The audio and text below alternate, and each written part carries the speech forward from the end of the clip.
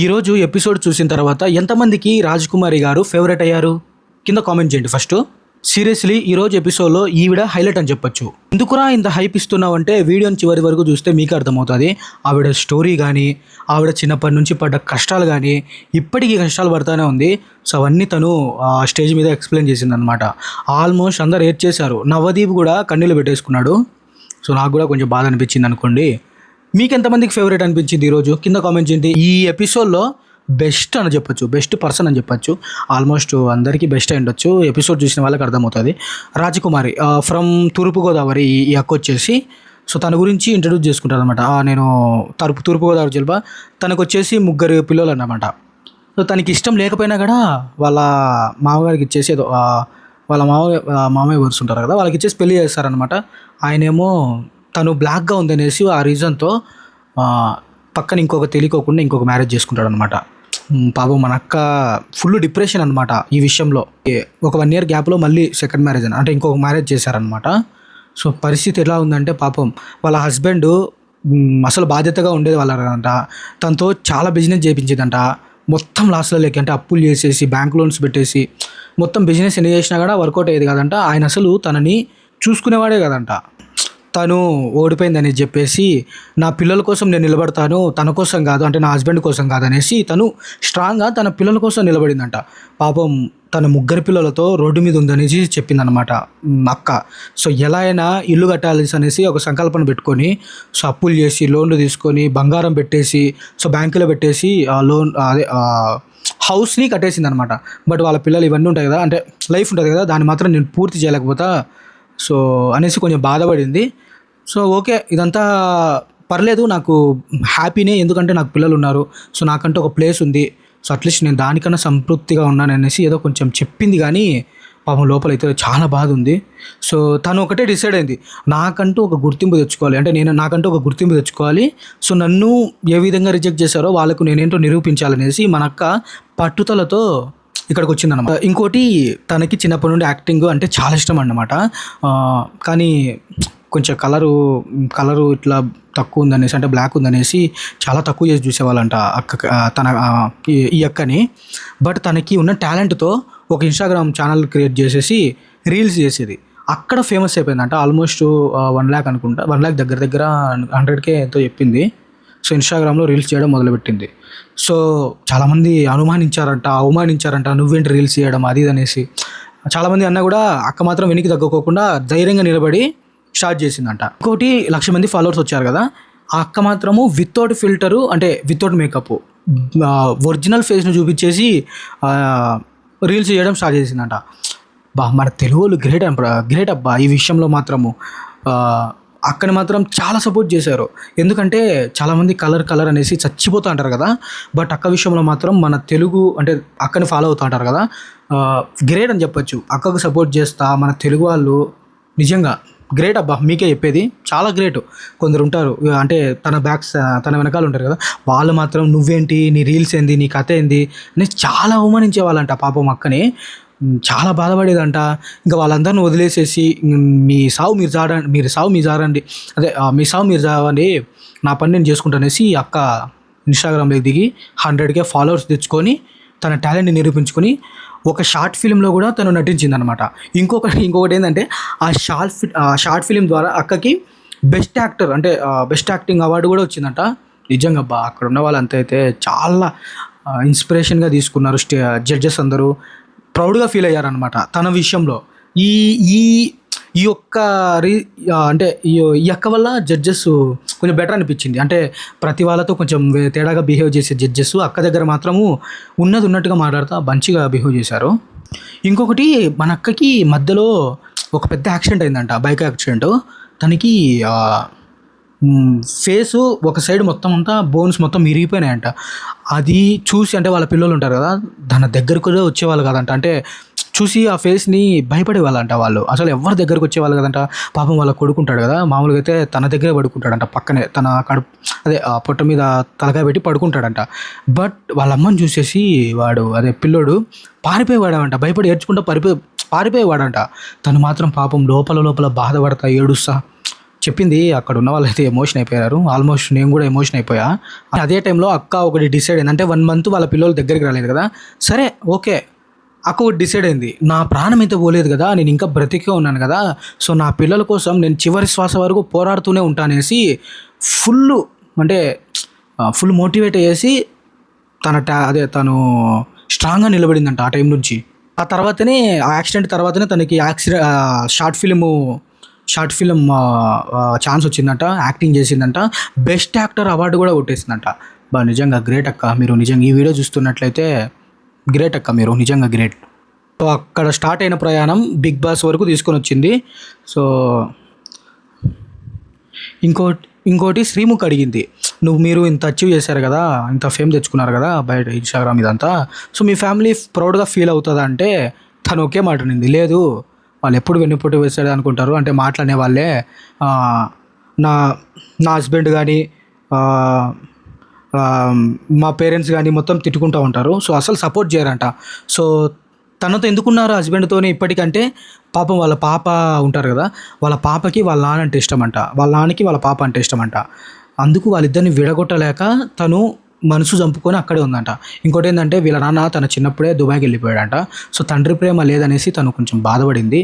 So దానికోసమే తన కూతురుని అర్థం చేసుకొని వాళ్ళ నాన్న నుంచి దూరం చేయకూడదు అనే ఒక్క రీజన్తో నేను తన దగ్గర ఉంటానా, అంతే తప్ప ఏం లేదనేసి చెప్పేసింది. సో దానివల్లనే వాళ్ళ హస్బెండ్ దగ్గర ఉంటుంది. అంటే నీకు నచ్చితే ఉండు, లేకపోతే వెళ్ళిపో, నీ ఇష్టం అనేసి తను చెప్పేసింది అన్నమాట. సో తర్వాత బిందు మాధవి అడుగుతుంది, సో ఈ రీల్స్ కాకోకుండా నువ్వేం చేస్తావు అంటే, సో తను 10th క్లాస్లోనే అది టైలరింగ్ నేర్చుకునిందంట. సో దానివల్ల తను సర్వైవ్ అవుతా అదే టైలరింగ్ చేసుకుంటా మొత్తం సంసారాన్ని లాగుతూ వచ్చిందంట. ఏంటి అంటే నేను పట్టుదలగా ఉంటా, ఏదైనా అనుకుంటే సాధించే వరకు వెనకాడడం, సాధించుకొని తీరుతా ఉంటుంది. సో నీ వీక్నెస్ ఏంటనేసి తర్వాత నీ వీక్నెస్ ఏంటి అని అడిగితే, నా వీక్నెస్ నేను గుడ్డి ఎవరినైనా నమ్మేస్తా, అంటే తొందరగా నమ్మేసి మోసపోతా, సో అదే నా వీక్నెస్ అని చెప్తుంది.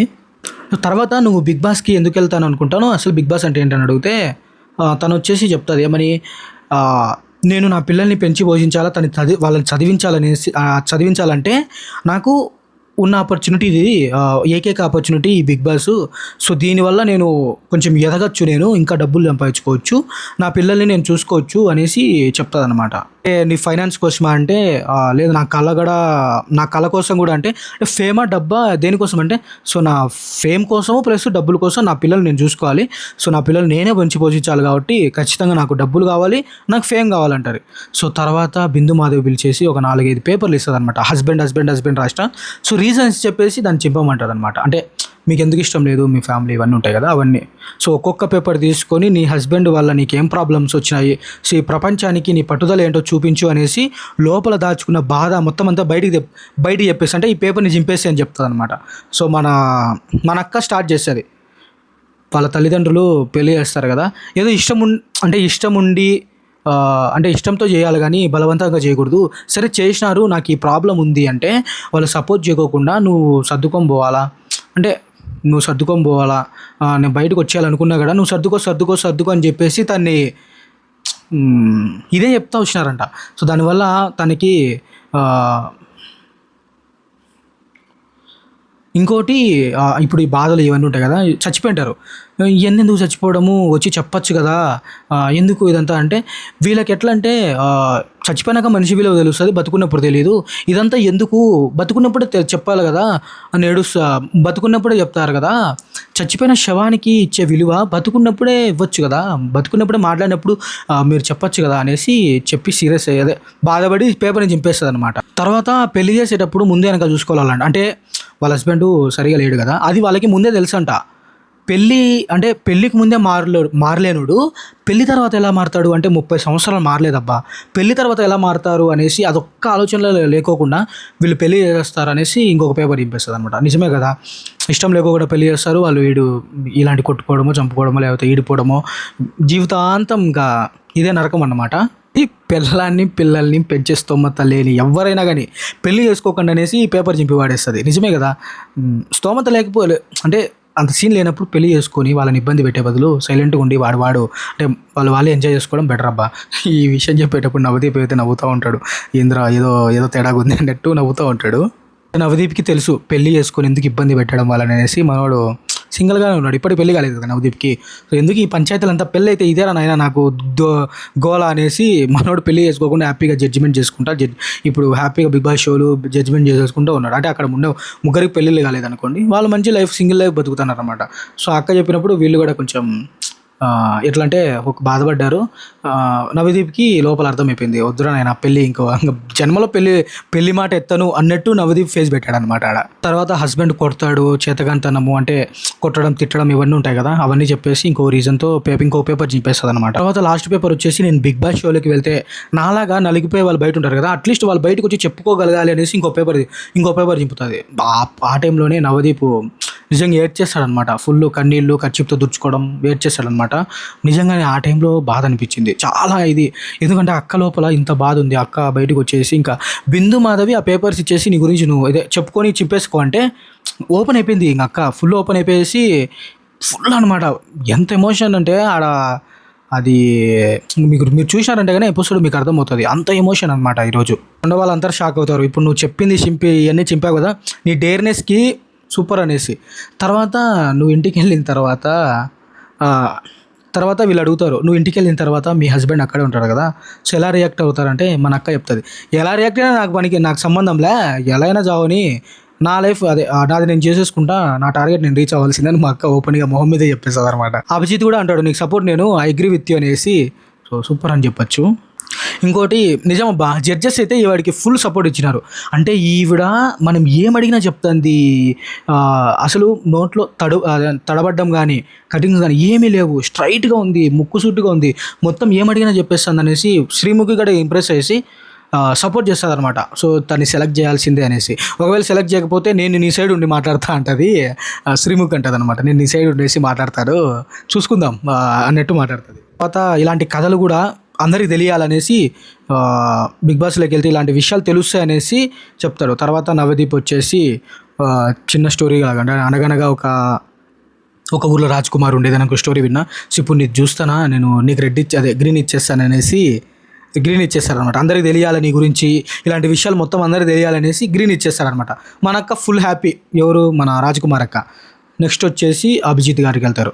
సో అభిజిత్ వచ్చేసి నా దృష్టిలో కంటెస్టెంట్కి ఏమైతే ఉన్నాయో అన్నీ నీలో ఉన్నాయి, సో నువ్వు స్ట్రైట్ ఫార్వర్డ్ మొత్తం అన్నీ ఉన్నాయి నీ దగ్గర, కాన్ఫిడెన్స్ కానీ మొత్తం అంతా. సో నేను నో చెప్పలేను, నీకు కూడా గ్రీన్ ఇచ్చేస్తాను అనేసి గ్రీన్ ఇచ్చేస్తాడనమాట అభిజిత్. నవదీప్ స్టేజ్ మీదకి వచ్చేస్తారు. మన అక్క రివర్స్లో అంటే తెలుగుని రివర్స్లో రాసి అద్దములు చూపించేసి ఏదో డైలాగ్ చెప్తుంది అనమాట. చందమామ సినిమాలో నా చందమామ నవదీప్ గారు, ఇప్పుడు చెప్పొచ్చో లేదో తెలియదు కానీ ఐ లవ్ యూ అన్నట్టు చెప్పేస్తుంది. మళ్ళీ పుడతాం మీద అనేసి ఐ లవ్ యూ అని చెప్పేస్తుంది. నవదీప్ అంటాడు I love your story, I love you attitude అంటే మనకు వచ్చేసి నవదీప్ నాకు ఐ లవ్ చెప్పేశాడు, ఇది కట్ చేసుకొని వేసేసుకోడు అంటారు అనమాట. కామెడీకి కామెడీ ఉంది, మెయిన్ ఎమోషన్. అబ్బా అక్క కష్టపడిన కష్టం నిజం చెప్పాలంటే మంది ఒక కష్టమైన అన్నట్టు ఫీల్ వచ్చింది అక్కని చూసిన తర్వాత. గ్రేట్, చాలా గ్రేట్ ఈ విషయంలో అయితే. అక్క అయితే ఫైనల్లీ 3 గ్రీన్స్తో సక్సెస్ఫుల్గా నెక్స్ట్ స్టేజ్కి అంటే టాప్ 15లోకి వెళ్ళిపోయింది. నిజం అక్క, ఈ వీడియో చూస్తున్నట్టయితే నీకు ఒక లైక్. వెళ్తూ ఒక మాట అంటారు, అంటే మీ ఊరోళ్ళు చూస్తుంటారు కదా, మీ ఊరోళ్ళకి ఏమైనా చెప్పాలనుకుంటున్నాను అంటే అక్క ఏమంటుందంటే, ఇవి చూసే వాళ్ళందరూ కులి సావండి ఎదవల్లారా అంటారు వాడు.